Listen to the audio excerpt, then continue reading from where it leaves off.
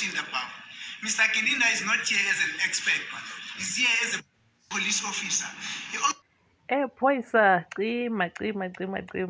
Guys, let us agree and baptize Brigadier Bongani Gininda. And we baptize him, we give him another name. He is now Brigadier Bongani Khuzwayo. Hey, akakhuzeki lo muntu. Akakhuzeki lo muntu. Yo. Wekhuzwayo. Hey. Hi family, it's your girl Mrs. Independent. Welcome back to the YouTube channel, The Great Awakening.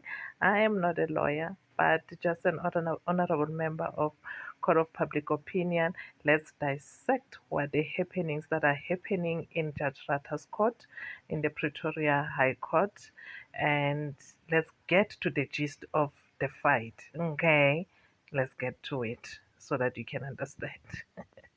Case number 2. Sorry, before you start, I'm sorry. You said neighbors. There was a neighbor you said, the evidence, they say that neighbor passed away. It's Mr. Masha. Yes, yeah, the senior. The senior. Was he a policeman or what? He was a warrant officer, was a police officer, yes, and then he retired warrant officer, yes. He disposed an affidavit and also the same indication was given, my lord. My lord, further one can say that in dissecting this, because at that stage it was almost like a fact-finding mission for me.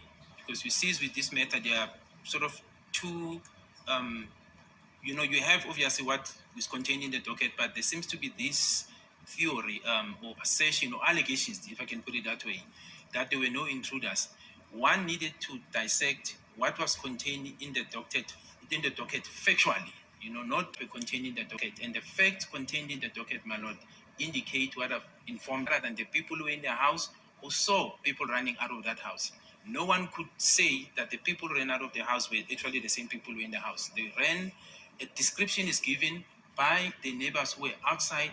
That description, particularly of one of the shooters with the dreadlocks, is also given by the people who were inside the house. So there you find a common factor that there was a person described with a firearm inside the house with dreadlocks. The neighbors, particularly the lady that was sitting outside, that recalled that saying she saw when they were running away that one of the suspects had dreadlocks. Now, you have to take that objectively, my lord, not in terms of hearsay, objectively.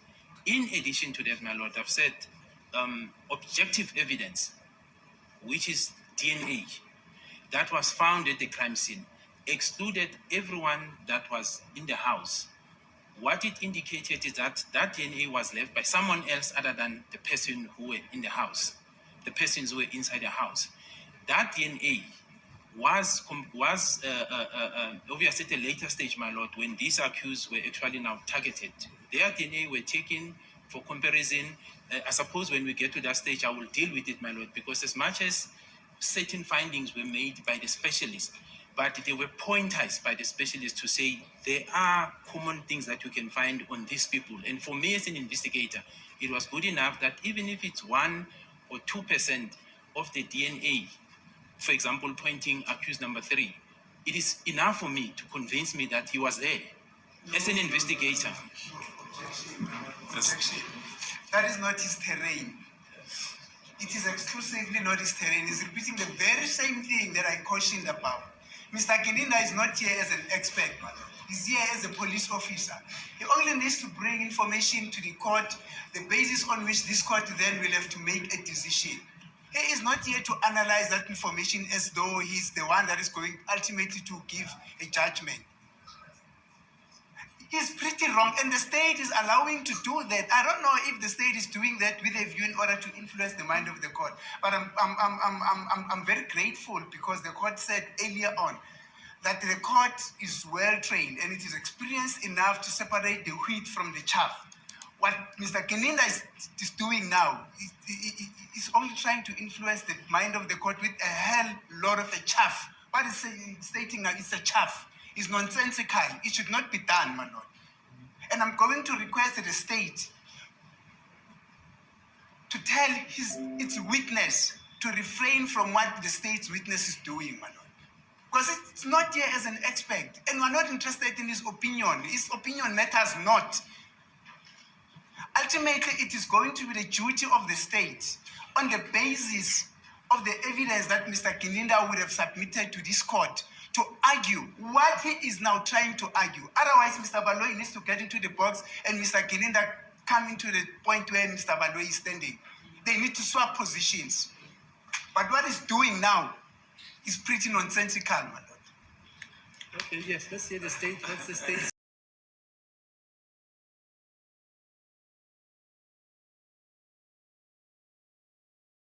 I really feel Advocate Mnisi's frustration. Really, Brigadier Gininda, now he's trying to be a scientist.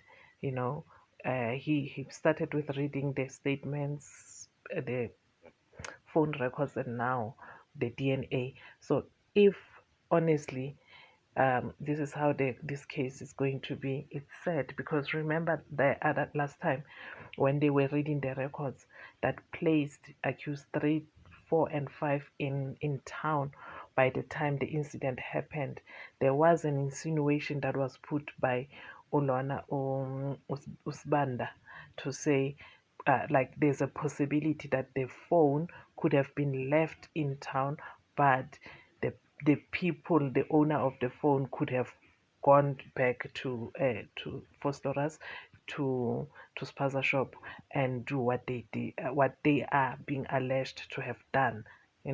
So let's listen to Advocate Mshololo's take on this matter as well. At this point in time is not the correct procedure, my lord. Especially, my lord, the reference that has been made by the witness to the Ngashe senior witness, my lord. That statement was never handed in this court. There was no application for the handing over of that statement as hearsay statement. So in other words, my lord, it is not proper before this court. And the witness has made reference to the content of that evidence. Yeah, no. I got the evidence here. Yes, my lord. When I came to know that there's a neighbor who has made a statement, who actually also had a commotion, and there's another neighbor also who saw the deceased with his back in a white skipper or sweater. Yes. In the kitchen and had commotions. Somebody jumped into the yard and ran outside again. But the evidence of being a policeman who was there, I heard it from here. Am I right or wrong? I mean, Yes. how would I know otherwise? For the one for the police, my lord, I don't have objections because those police testified. No, Mteto and that gentleman, I don't have a problem. Yes, my lord. I mean, Ngashe. Ngashe, Because yes, I wanted my to lord. know where Ngashe is. Yes. And I was told that he's deceased. Ngashe is deceased, my lord, and his statement was never submitted to this court as evidence, my lord. And therefore, no reference should be made to that statement or can be made to that statement, my lord. When you say no reference should be made to that statement, no reference should also not be made to the evidence of the son of Ngashe. What's his name, by the way? Kaya said, I was with my father. You remember that evidence? My lord, the son is alive. The son has testified. You don't know what I'm getting to, you see. Oh, sorry, my lord. The son also spoke about the father. Yes. Having seen whatever. Yes. That's all. And then the father is dead. Yes, then let's correct the record, my lord. If we are making reference to the evidence of the Ngashe's son, then it must be directed to that portion of evidence that Ngashe's son said 1, 2, 3, 4, and 5. Okay. But reference being made to the statement made by senior who passed away, and his statement has not been submitted as evidence. My lord, I'm raising an objection Okay, on that fine. point only. Fine, okay. Yes, my Yes, lord. go on. And then also, secondly, on the issue of this witness giving analysis or making reference to the expert evidence, my lord, which is the forensic evidence which was led in this court, who is now saying, out of that expert evidence, I can be able to say 1, 2, 3, 4, and 5. He's not an expert, my lord. He's not allowed to make any reference and to analyze on that part of evidence. He's just a police officer, this one, as the court pleases, my lord. All right, yes. Tata Mshololo, Tata Mbogodo. Now, yeah, honestly, order should be maintained, and I think it's a good thing that irregularities are being put on record so that tomorrow or whenever it cannot be argued that you didn't say this, but you were there. So big up Mshololo and Mnisi. Until the next video, guys, keep on liking this video, keep on subscribing, share the video, keep up the good work. Let's grow this channel. Bye.